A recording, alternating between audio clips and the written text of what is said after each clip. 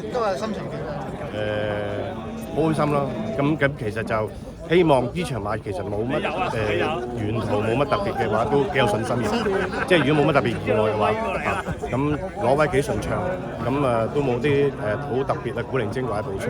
咁隻馬已經係做得好好，即係阿 Cody 個團隊都好用力。咁好用心去做呢件事。咁另外就阿 Jerry 都跑到100分嘅。係咪下場都會想跑個經典杯咧？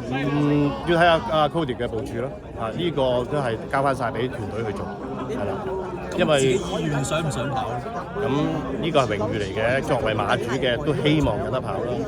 咁但係都係參與咯，參與係咯。